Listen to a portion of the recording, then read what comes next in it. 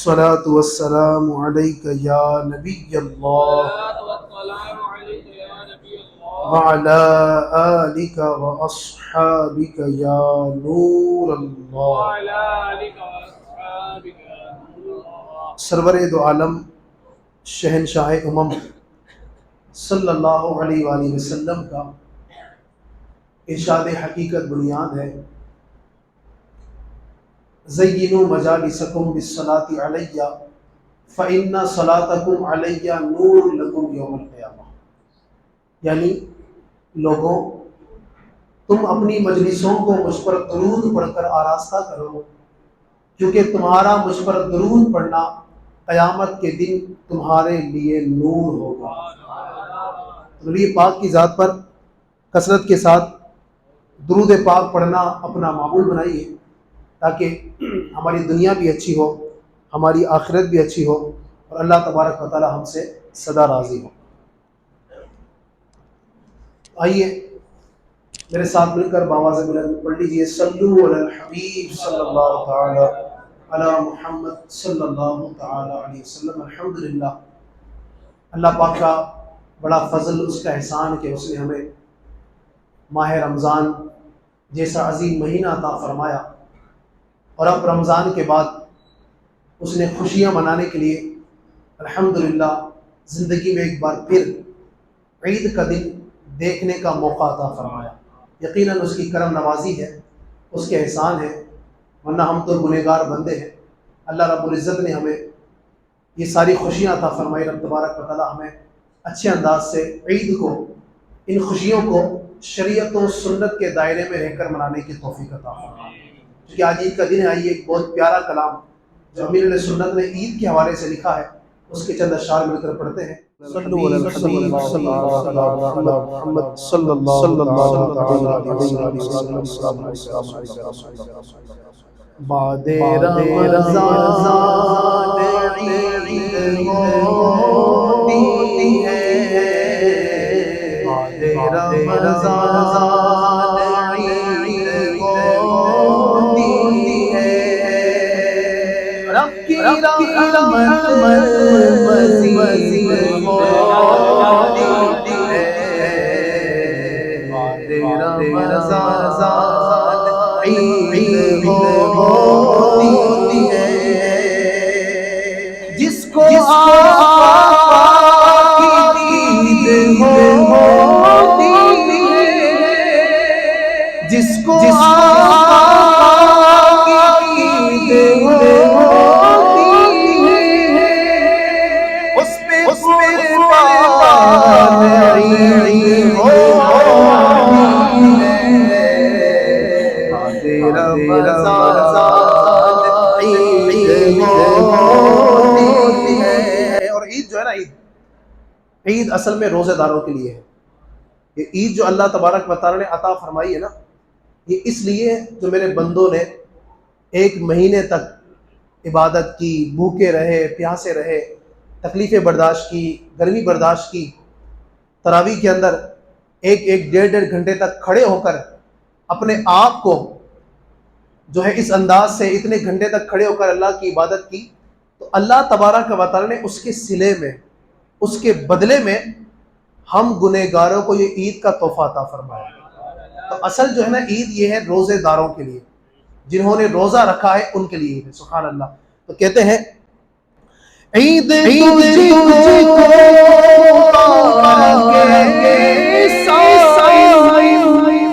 صائم مطلب روزے دار. عید تجھ کو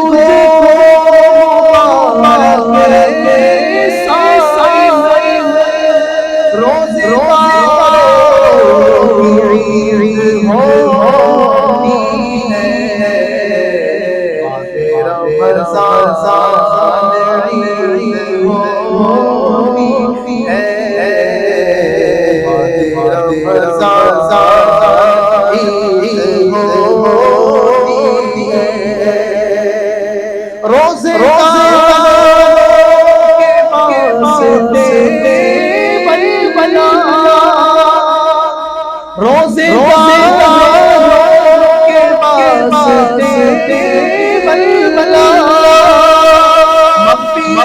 نبی ہوتی ہے، رمضان عید ہوتی ہے، رمضان عید ہوتی ہے، جس کو آقا مدینے بلوائے، جس کو آقا مدینے بلوائے، اس مسلمان کی عید ہوتی ہے، رمضان عید ہوتی ہے، مجھ کو عیدی میں تو باقی آقا، مجھ کو عیدی میں تو باقی آقا، جان میری عید ہوتی ہے، رمضان عید ہوتی ہے، اور عید آدار اس کی ہے جس کو، عید آدار اس کی ہے جس کو، خواب میں عید ہوتی ہے، رمضان عید ہوتی ہے، رمضان عید ہوتی ہے، رب کی رحمت مزید ہوتی ہے، رمضان عید ہوتی ہے۔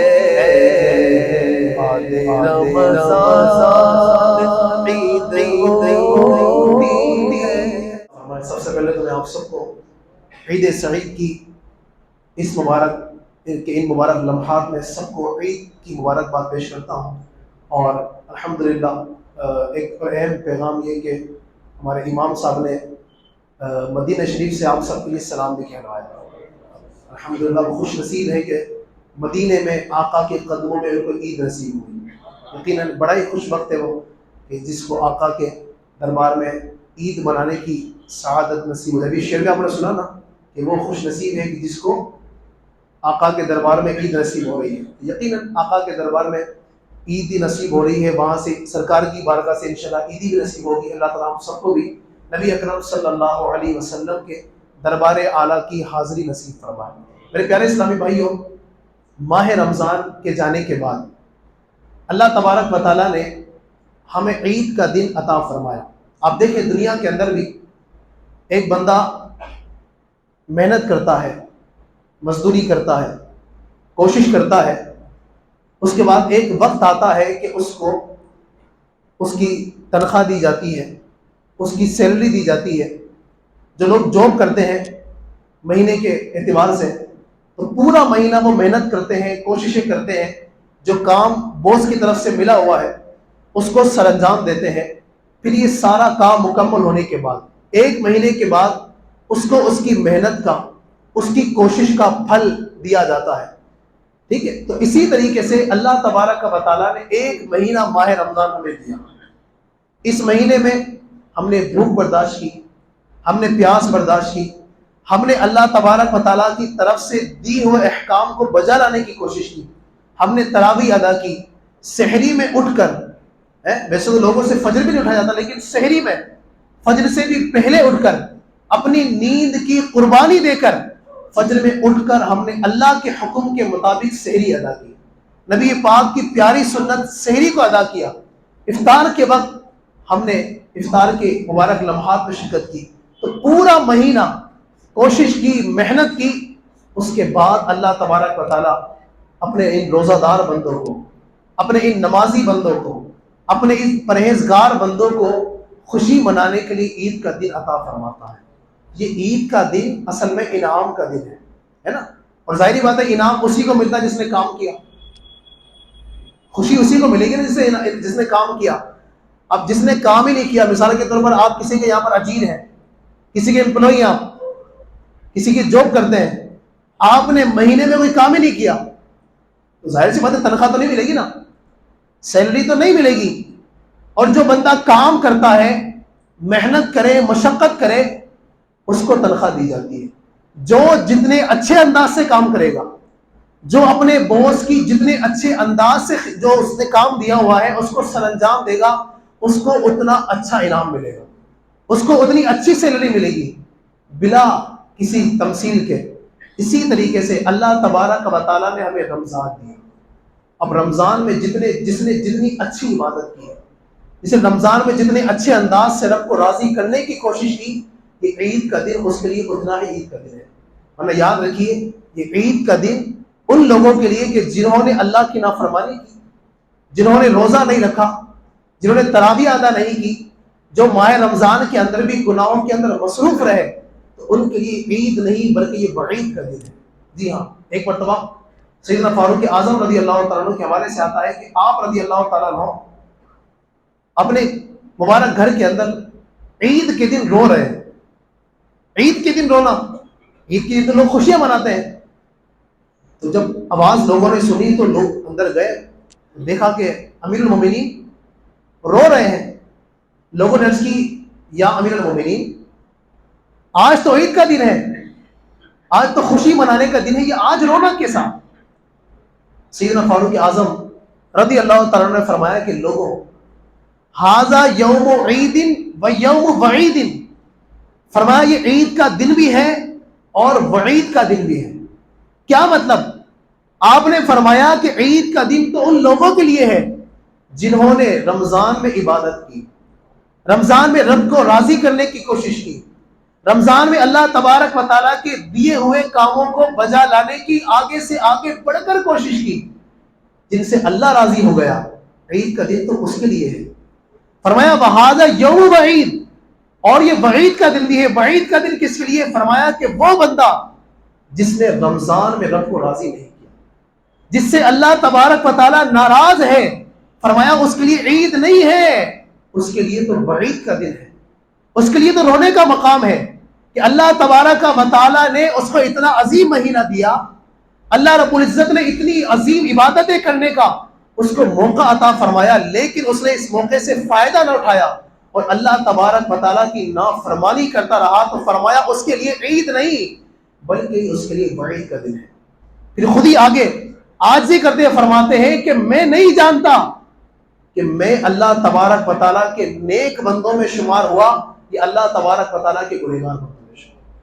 یہ کون فرما رہے؟ اپنے وقت کے امیر مومنین، جن کے بارے میں نبی پاک نے فرمایا کہ عمر تم جنتی ہو، جن کے جنتی ہونے کی بشارت نبی پاک اپنی زبان پاک سے دے رہے ہیں.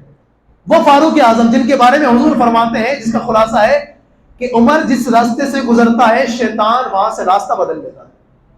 اور فرمایا کہ لو کان بعدی نبی لکان عمر، او کما قال، اگر میرے بعد کوئی نبی ہوتا تو عمر ہوتا.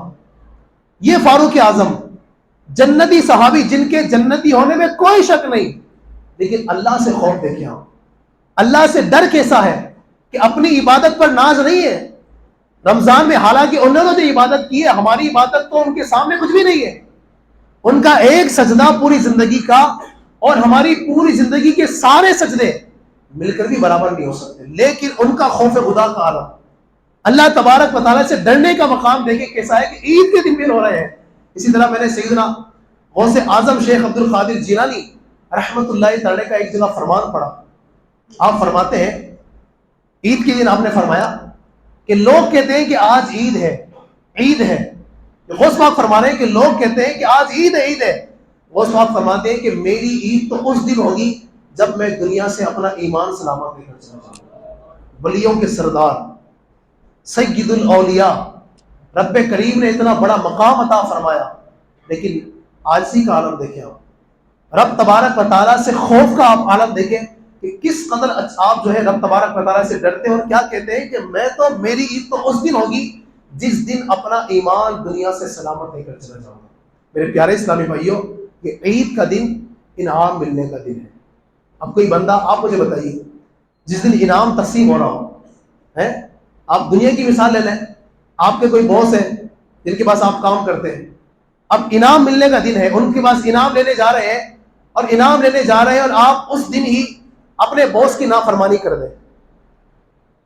بات سمجھ رہے ہیں, اس کی نافرمانی کر دی, آپ نے اس کو حکم کو نہ مانا, آپ نے جو ہے نا اس کے حکم کو ٹال دیا, اس نے کوئی بات آپ کو بولی, انعام والے دن آپ نے اس کی بات ہی نہیں مانی.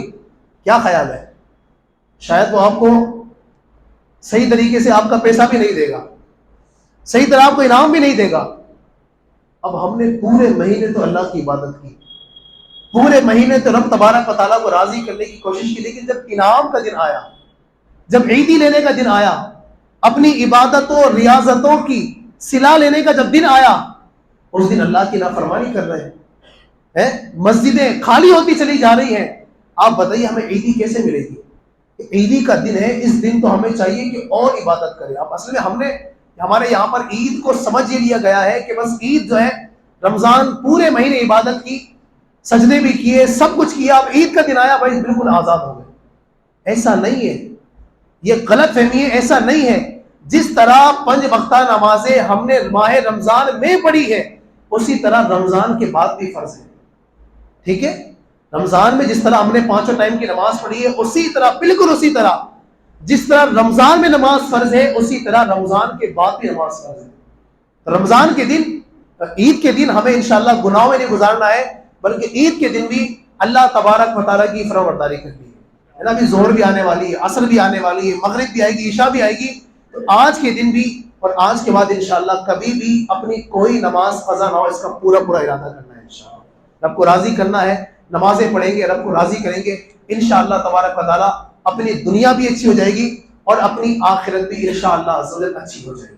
اللہ تعالیٰ ہم سب کو عید کی صحیح انداز میں خوشیاں منانے کی توفیق عطا فرمائے. تو چونکہ آج کے عید کا دن بھی ہے, صدقہ فطر کے حوالے سے بھی بچارہ تھا کچھ باتیں آپ تک پہنچاؤں.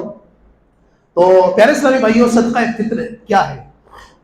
صدقہ فطر جو ہے, اس کا اصل جو مقصد ہے نا, جو بیان کیا گیا, وہ یہ ہے کہ ہم نے ماہ رمضان میں جو روزے رکھے, تراویحیں پڑھی, عبادتیں کی ہیں, تو اس کے اندر اگر کوئی کوتاہیاں رہ گئی ہیں, ہے نا, کچھ کوتاہیاں ہو گئی ہیں, صحیح طریقے سے ہم عبادت نہیں کر سکے, تو اس کے پورا کرنے کے لیے اللہ تبارک و تعالیٰ کے حبیب صلی اللہ علیہ وسلم کی طرف سے یہ صدقہ فطر کا حکم دیا گیا.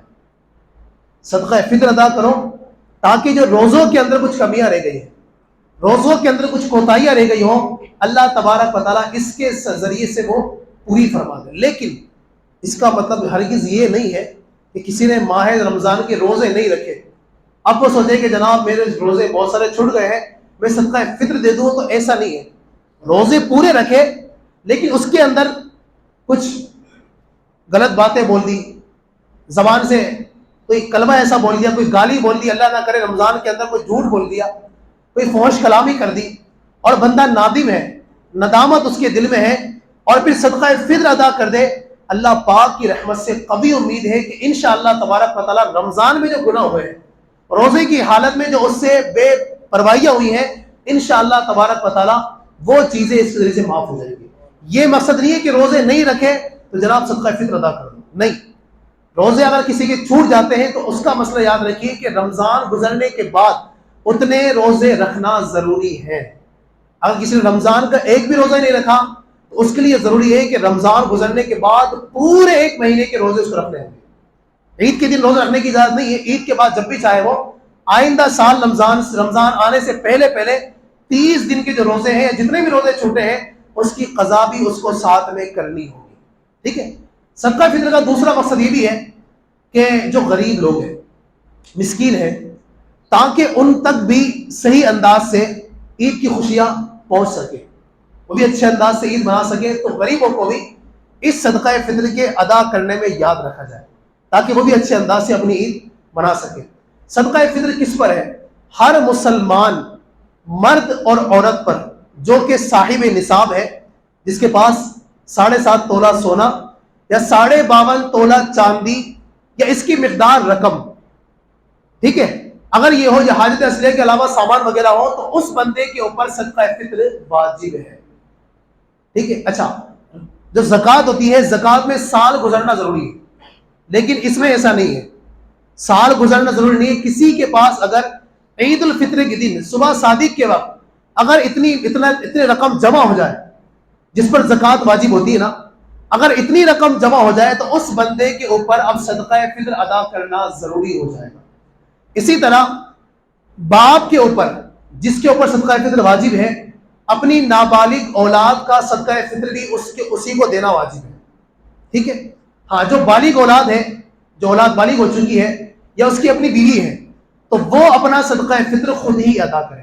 البتہ اگر وہ شخص شوہر ہے یا باپ ہے اپنے سارے بچوں کا ادا کرنا چاہے، سب کو اطلاع کر دے، تو اس صورت میں سب کی طرف سے بھی ادا ہو سکتا ہے. اس طرح ایک اور اہم مسئلہ، کئی لوگ ہمارے ایسے ہیں جو شہر سے باہر ہوتے ہیں، ٹھیک ہے، دوسرے ملک میں ہیں، تو وہ صدقہ فطر کس طرح ادا کرے؟ ان کے لیے یہ ہے کہ وہ جس ملک میں ہے اسی کرنسی کے اعتبار سے، اس ملک کی کرنسی کے اعتبار سے اپنا صدقہ فطر ادا کریں گے. مثال کے طور پر کوئی بندہ عرب شریف میں ہے تو ریال کے اعتبار سے وہاں پر جو صدقہ فطر بنتا ہے، ظاہر ہے وہاں پر صدقہ فطر چونکہ زیادہ بنے گا، وہاں کی ہائی کرنسی، تو اب وہاں کے اعتبار سے جو صدقہ فطر بنتا ہے وہ ادا کرے گا. اسی طرح اس کے نابالغ بچے اگر ہندوستان میں ہیں تو ان کا بھی وہیں کے اعتبار سے ادا کرے گا. ہاں، جو اس کی بالغ اولاد ہے یا اس کی بیوی ہے، جو بالغ بچے ہیں، تو وہ اپنے ہندوستان کے اعتبار سے بھی ادا کر سکتے ہیں. کل میرے پاس ایک کال آیا، انہوں نے کہا کہ حضرت ہمارے گھر میں جو نا بلی پال رکھی ہے، تو کیا بلی کا بھی صدقہ فطر ادا ہوگا؟ یاد رکھیے، جانور کا نہیں ہے، انسانوں کے لیے ہی صدقہ فطر. بعضوں کو سمجھتے ہیں کہ جان مال کا صدقہ، تو جان جو بھی جان ہے، بلی ہے یا کوئی چیز گھر میں پال رکھی ہے، مرغی پال رکھی ہے، تو اس کا صدقہ فطر واجب نہیں ہوگا، بلکہ انسانوں کا صدقہ فطر واجب ہوتا ہے. اس کو خاص خیال رکھا جائے. جنہوں نے ابھی تک صدقہ فطر نہیں دیا ہے وہ ادا کر دیں، اور یاد رکھیے کہ جب بھی آپ دیں گے ادائی ہوگا. اگر کسی نے ابھی تک نہیں دے سکا تو وہ عید کی نماز کے بعد دے دے، عید کی نماز کے بعد بھی نہیں دے سکا تو اس سے ساقط نہیں ہوگا. یہاں تک کہ اگر پچھلے سالوں کا صدقہ فطر کسی کا باقی ہے تو وہ بھی حساب لگا کر اس کو ادا کریں. ٹھیک ہے، یہ ساقط نہیں ہوگا، یعنی کہ پچھلے سال نہیں دیا تو اس سال کا دے دو، صرف اس سال کا تو دینا ہی ہے، پچھلے جن سالوں کا نہیں دیا وہ بھی غور کرے، سوچے، اور ان سالوں کا بھی اس کو ادا کرنا ہوگا. تو عید کے بعد بھی آپ ادا کر سکتے ہیں. انشاءاللہ تبارک و تعالیٰ اس کی بڑی برکتیں نصیب ہوں گی. اللہ تبارک و تعالیٰ ہم سب کو صدقہ فطر کی برکتیں نصیب فرمائے. آج عید کے دن کا ایک انمول تحفہ بھی سنتے چلیے. منقول ہے کہ جو شخص عید کے دن 300 مرتبہ سبحان اللہ و بحمدہ پڑھے، کتنی مرتبہ؟ 300 مرتبہ سبحان اللہ و بحمدہ پڑھے، اللہ تبارک و تعالیٰ اور اس کو مسلمان جو مردہ حضرات ہیں، جو مسلمان دنیا سے تشریف لے جا چکے، ان کو ایثار ثواب کرے. اللہ تبارک و تعالیٰ ہر ایک کی قبر میں 1000 نور داخل فرمائے، اور فرمایا کہ جب یہ بندہ خود مرے گا پڑھنے والا، اللہ تبارک و تعالیٰ اس کی قبر کے اندر بھی 1000 انوار داخل فرمائے. تو یہ آج کے دن کوشش کریں کہ اس کو پڑھ لیں، اس کی برکتیں خود بھی حاصل کریں، گھر کے اندر بھی اس کو آپ بتائیں، ہو سکے تو نماز کے بعد ہی، جیسے آپ کو آسانی ہو، آج کے دن ہی اس کو پڑھنا ہے. انشاءاللہ تبارک و تعالیٰ اس کی بڑی برکتیں نصیب ہوں گی. تو میرے پیارے اسلامی بھائیو، نیت کیجئے جو باتیں سنی ہیں انشاءاللہ اس پر عمل بھی کریں گے، اور ماہ رمضان کے بعد بھی نمازوں کا اہتمام کریں گے. اسی طریقے سے جو نمازیں چھوٹ چکی ہیں نا، جو نمازیں قضا ہو گئی ہیں، ان کو بھی رمضان کے بعد ادا کرنی ہے. کئی لوگ ایسے ہیں کہ جن کی کئی سالوں کی نمازیں چھوٹ چکی ہیں، اب رمضان کے جانے کے بعد ان نمازوں کو بھی قضا کرنا، بلکہ رمضان کے اندر ہی جیسے جیسے موقع ملتا چلا جائے.